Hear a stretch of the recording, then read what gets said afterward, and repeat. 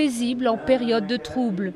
Aux États-Unis, la communauté musulmane se dit la cible de discrimination et d'attaques depuis quelques mois, comme à New York où le passager d'un taxi a récemment poignardé son chauffeur musulman après lui avoir demandé quelle était sa religion. On a recensé plus d'une centaine d'incidents physiques contre des musulmans et contre des objets appartenant à des musulmans.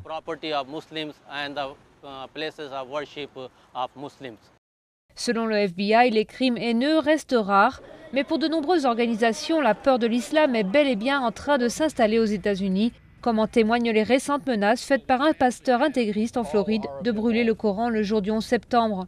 Selon les experts, ce phénomène pourrait s'expliquer par la peur de la crise économique et du terrorisme. À New York, la construction d'un centre culturel musulman tout près du site du World Trade Center est la dernière controverse en date. Pour certains musulmans, la mosquée de Ground Zero n'est qu'une excuse pour s'en prendre à la religion.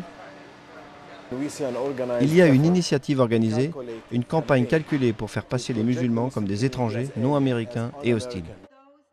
Face à eux, les groupes anti-mosquées s'organisent comme celui de Pamela Geller.